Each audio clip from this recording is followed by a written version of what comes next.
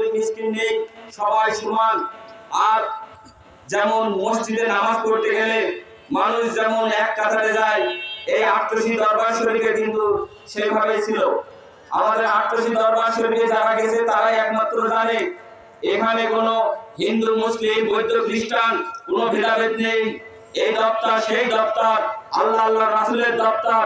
আল্লাহ রাসূলের কাছে যেমন সমস্ত সম্প্রদায় যাইতো, এই বিশ্ব লিখানা বাবার এই দপ্তরেও সেভাবে সমস্ত সম্প্রদায় যায় এবং সেখানে যে বায়াত গ্রহণ করে এবং যারা বায়াত গ্রহণ না করে তাদেরকে সার্বিক নিরাপত্তা, তাদেরকে সার্বিক সুবিধা অসুবিধা, বিভিন্ন পারিপার্শ্বিক অসুবিধা থেকে তাদেরকে রক্ষণাবেক্ষণ করার জন্য যে দিক নির্দেশনা দেয় সেটাই হচ্ছে জাকের পার্টির চেয়ারম্যান মহোদয়।